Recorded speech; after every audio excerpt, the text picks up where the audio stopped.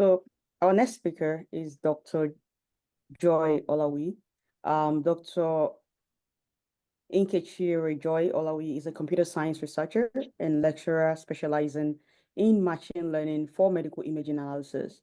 She holds a PhD in computer science from Obafemi Awolowo University and has led STEM and sustainability projects with its school children.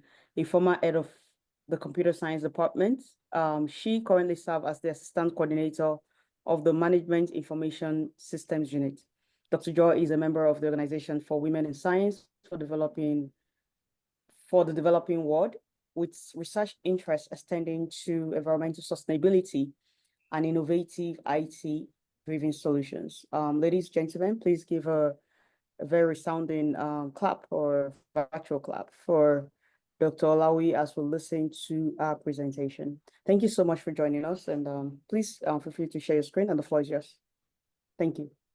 Speaking on innovative IoT solution to smart metering, resiliency for detection, and sustainable energy system.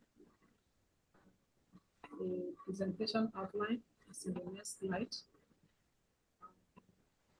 And I want to start the presentation by painting a scenario.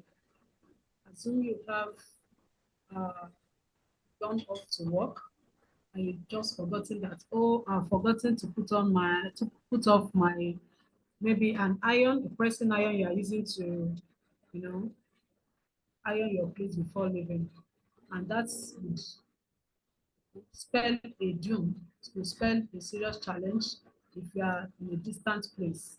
So you can imagine if you are able to notice this, be notified of this on your phone, and at the same time, you are able to remotely control that by putting off that energy consuming appliance, that is the electric iron, or possibly put off the whole electricity in the house to avoid further doom. And that is what IoT can actually bring to our table. So we want to ask ourselves, why do we really need IoT? That's my third slide. We need it for an improved global health. We know that the global community depends so much on fossil fuel for energy production, which is, of course, hampering our health. IoT has a way of actually tracking energy waste and blocking some other things that can also hamper our health. For example, the emission of greenhouse gases. Then with IoT, we can be able to reduce the cost of usage of electricity and energy. Then we can have more security around our energy system in form of a more resilient energy system. And of course, with the bringing an IoT into energy system, we open up jobs for so many other people, because companies start springing up to handle the IoT system. Now, the role of IoT in energy system, just like from the topic, we are looking at how to use it to monitor metering, to also detect faults in real time, and also to ensure sustainability of energy systems and detect faults and keep them the energy system more resilient and it is more reliable. So the next slide, we look at the global crisis, energy crisis in the world. We have increase in energy prices. There are so many increase, the way the billing system is going, many people pay heavily on billing, electricity bills. Um, this is a kind of global crisis. Then we know that climate change, carbon emission is also on the increase. Then the infrastructure on which the fossil fuels are built on, they are also aging, and this is a global issue. Now, in my topic, I want to look at the global perspective with an insight from Nigeria. In Nigeria, I am from Nigeria, so we have challenges like limited financial capability to invest on sustainable energy system like the developed worlds are having presently, and there's much more heavy reliance on fossil energy for economic growth. And we have problem that has to do with collaboration, global collaboration to solve our energy crisis. There are other local problems like stoppage, blackouts, like vandalization of cables, like destroying transformers and all that. These are energy crises, and these have actually impacted on the country's economic growth. Now, when we talk about IoT, sustainable energy system, it has a lot of branches that it looks into. Talk about connectivity, the sensing technology. It is something that will make a sensor that will be able to work on your use with your electricity system. Then scalability, ability to expand the energy system, dynamic nature, intelligence. Of course, everything about IoT is about intelligence, and you have little or no human uh, efforts to expand in managing things. We also have heterogeneity and efficiency in the energy system. Now, when we talk about the global landscape of IoT in energy system, there are so many advanced world. In the advanced world, they have a lot of advances when we come to IoT in energy system. And of course, you know that the North American and Europe has been leading in the adoption of IoT in energy system. Some other emerging markets like Asia, Africa, they're also catching up with innovative grid and the renewable IoT system. The next, now I have to compare, when we talk about the smart grid, we want to look at what makes it different from the existing or what we have all known as traditional energy grid. We have the control. That control is even the key, because the control of energy under a smart metering system is automated, is distributed, and the prediction also, and there's easy prediction of faults and in a proactive way, such that before the fault gets to a serious level, it will have been predicted and also tracked and worked on. Then the IoT smart grids, they have a way of healing themselves, recovering from faults, high level of resiliency, and remote access. There's also seamless integration with renewable energy. There's also a two-way communication, user and, and at the grid level. And one major thing again is big data and AI for decision making. We all know how AI has transformed a lot of aspects of our life today. And with smart grids, there's generation of more data which are stored in the cloud to be able for analysis and for quick decision making as far as energy distribution, costing, and production is concerned. This is actually different from what we have in the traditional energy grid. Now, what are the striking IoT innovation in smart? I want the slide to be moving. I'm already in slide 8. striking IoT innovation in smart metering. We have quantum sensor for ultra pressure precise monitoring and loss detection. For example, in smart metering, we can actually get to know what the fault is even before they occur. There's going to be a kind of message, an automated message that will be sent to the control, telling us of a fault with the metering. Then we have example of the edge AI-based smart meter and the 5G, which speaks about high speed, real time, and data transfer, and even a local AI-based billing. We have quantum AIT for energy tracking in terms of the usage, and AI-driven fault detection for the prevention of energy theft. Then we go to the striking innovation of IoT in grid resilience.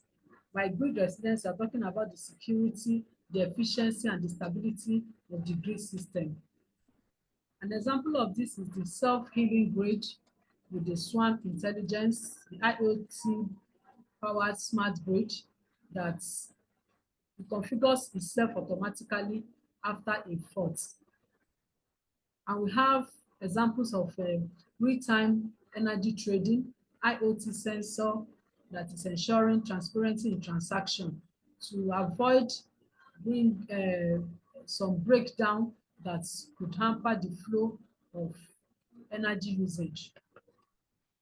Then we have the fault tolerance, AI-powered fault prediction models like the use of drones with thermal imaging and for detecting overheating and automatically correcting whatever is causing the overheating before it degenerates. Then we have autonomous maintenance robots for on-site repairs and 5G-enabled network for instant fault reporting and control.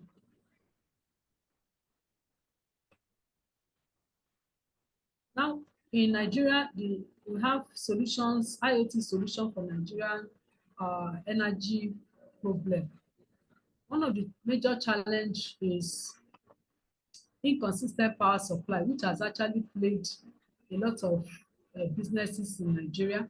And we have inadequate infrastructure, off-grid challenges, especially in rural areas, and energy efficiency and optimization. Now, the IoT solution include a smart metering and monitoring, data-driven decision-making, and implementation that requires collaboration between governments and companies and even communities, and a kind of predictive maintenance, that is knowing the problem even before it happens, and so that as to avoid total shutdown. And this can help a lot to bring electricity closer to most Nigerians of approximately 70 billion that have no access to quality electricity.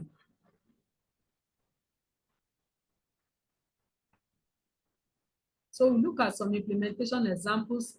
For example, in Lagos, there are minimal IoT-enabled solar systems for homes that enable them to do a pay-as-you-go system. This is a kind of IoT system that allows tracking of payments and energy data. Then we have remote monitoring and fault detection to reduce maintenance costs. And this has impacted the local community by reducing the use of kerosene and improving health and safety, and also an improved reliable energy in some undeserved area.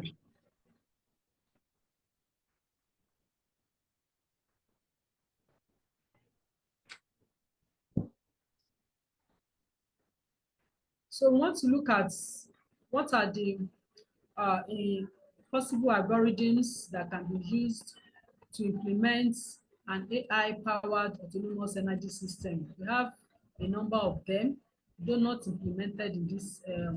We'll just mention some of them, like clustering algorithm, reinforcement learning, support vector machine, markup decision processes, genetic algorithm, and a lot of others like that. Multi-agent system, fuzzy logic, edge computing, and Bayesian network, KNRS network, and all that. Each of them has specific solutions that they can actually render to the energy system.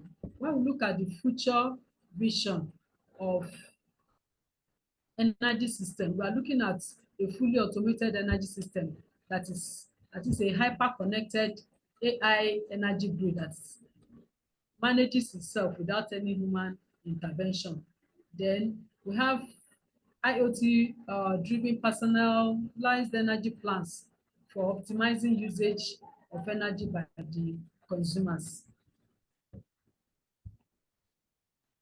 So in conclusion, there is actually a call for action for the case of Nigeria before we can actually get to this advanced level of integrating IoT for innovative solutions to energy system problem. We need an expansion of 5G network, and we need some startup innovations to develop more low consumers pricing energy system. And then we need to also build a future-proof resilience energy environment. Thank you for your time. Thank you so much, Doctor, for the wonderful presentation. For the sake of audience, because we have a sector of audiences, some scientists, some from law background, some from education background, a different kind of background. Can you please explain to us what IoT, the Internet of Things, as basic as it sounds, what it actually means for people that are not really into tech? Thank you. Yes. So can you please explain to us what IoT is for those that are, new, they are new to that, so they're not into tech space. Okay, from the word IoT, it is just the word, there are two keywords there, internet and things. So we have things around us. For example, in the energy system, we have our meter, we have our gadgets that are connected to electricity, we have our thermostats, we have so many things. So what the internet does is that it brings us closer to our things, to our devices, for a more convenient and automated use. So actually, when we talk about IoT, we are looking at physical devices like the electric devices we have at home, our fridge, our cars, and so many other things that is connected to the internet. It actually enables us to collect data from the internet. So using the data is being recorded. It sends, collects data as we are using our devices. So basically, there is always a sensor. There's always a sensor. There is always a Wi-Fi. There are things, that is the gadgets that are connected to those things, and there is also a thermostat that we actually keep start adjusting where necessary and all that. I'll just try to drive this home with an example. We have some of our lights that are sensor based. When you come closer to to the lights, it gives a signal that something is close. And that is just how the IoT works. It will sense, it collects data. Some of the data it collects is the temperature, the motion, the location, and all that. Then send this data over the internet using Wi-Fi or Bluetooth or any of these cellular networks that we have. Then it will process the data, put them in the cloud, so that at another time, when it wants to take decision about that gadget, either of usage of it will pull from that, analyze the data in the cloud, or the data may be on the device. Then the next thing is that the decision will be taken.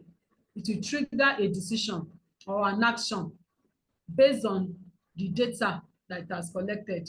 This action may be something like on a light or sending an alarm. For example, um, the smoke alarm, the theft alarm, all these things are Internet of Things. So they are basically around us and they can be scaled. You can expand them to be used for other things that they were not actually meant for. And we need them in this our tech age because security is key. IoT can actually help to track things that have to breach security. It can help to track faults immediately, real time, without you waiting. Especially the problem we have in Nigeria, your light is having issue. You have to wait for them to come and all that. So these are what IoT can do for us. I hope that. Yes, it does answer the question. Excellent answer to that question, because we know that in communities, especially in developing regions, since the theme of the conference is on decentralizing energy systems, and we know that, like you've mentioned, that we have in some developing regions, there's still struggle with energy theft, there's still unstable power supply, there's still poor for diagnosis. And so what I was going to do is to follow up to say that how can IoT solution be adapted or scaled to work in off-grid or low resource environments? You've kind of answered it to say these are the things that it can be used for. But since we're trying to decentralize it, what can we do especially in off-grid or very low resource communities? Yeah, again, I would say that the first thing is upscaling, because in IoT, speed is key. Yeah. Low resource area, yeah, speed is key. And if there is limited power supply, IoT would have to struggle to thrive. So because it needs speed, and that is why we are clamoring for 5G network expansion all over and all that. Then if there is poor internet connectivity too, it's going to also hamper the effects of IoT. So for those that are having low resource, I think we have to talk about outsourcing or looking for a way to boost the resources that they have, because IoT doesn't thrive when there are all these limitations. So for them to be able to, it could be through collaborations or through looking for a way to expand what is on ground already, to be able to use the benefit, to benefit from IoT. Thank you. So in the next 5 years, if I'm going to be optimistic or maybe pessimistic, how do you envision IoT reshaping the way we produce, the way we distribute, and the way we consume energy, especially in the global south? Yeah, in the next 5 years, actually, even in Nigeria, as it is, there are still small projects, small innovations that are going in some local places. But in the global space, where we have people that are ready, the countries that are ready adopting IoT, like North America, all this Europe and all that, there is always going to be an advancement. We are talking about a fully automated grid system, energy system, where we bring something like robots and AI and things like edge computing is already there. Edge computing is also about the thing very close to your body, like you don't need it's even more than real time. You don't really need to wait for a response. So all these are part of what we are looking at for the global, for the next in the next few years. We should have a hyper connected AI energy grids that can manage themselves without any human intervention. I want to believe that those that are even using IoT now, there are still a number of human intervention. So for the future, we are looking at the one that is a hyper-connected AI energy system and personalized energy plans for optimizing users' usage for consumers. Thank you. Thank you very much, Dr. Olawuyi, for your wonderful presentation. Please feel free to drop your, some of the audience are asking if there's a way they can reach you. So please feel free if you would like to drop your email address or the best way that you can be contacted. For our participants, please feel free to drop your LinkedIn pages and connect with people. If you would like to collaborate with people on different kind of projects, if you're interested in the IoT of things, please feel free to contact Dr. Olawuyi. Dr. Olawuyi, thank you so much once again for honoring this invitation. Now